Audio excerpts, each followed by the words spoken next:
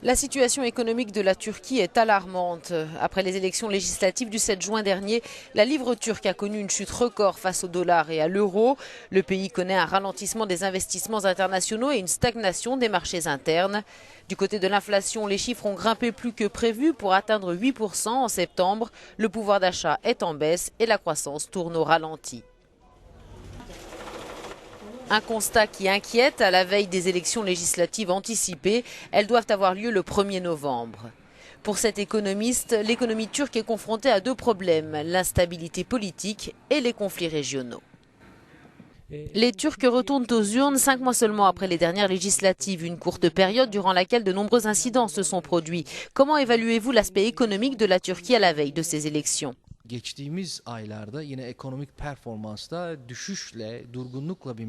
Nous sommes dans une situation de stagnation économique, malgré une faible croissance.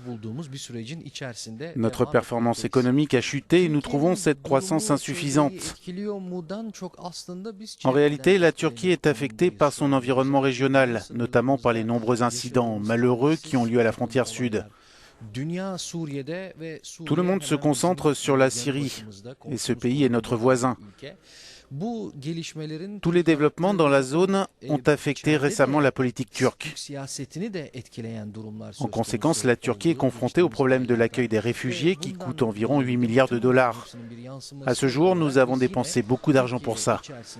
Il y a 2 millions de réfugiés en Turquie qui paient un lourd tribut. Voilà pourquoi je dis que nous sommes affectés par les incidents régionaux. Il faut aussi mentionner la situation en Russie, la stagnation de la croissance économique mondiale. La Turquie a été affectée par tout cela.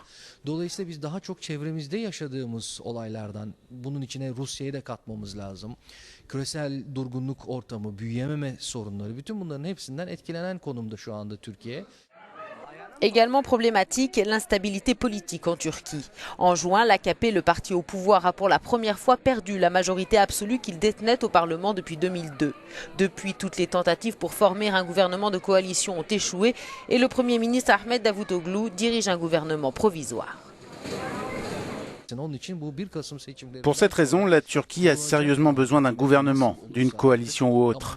Un gouvernement qui obtiendra la confiance du Parlement, qui sera en mesure d'élaborer une feuille de route et de prendre des décisions économiques fortes après les élections du 1er novembre.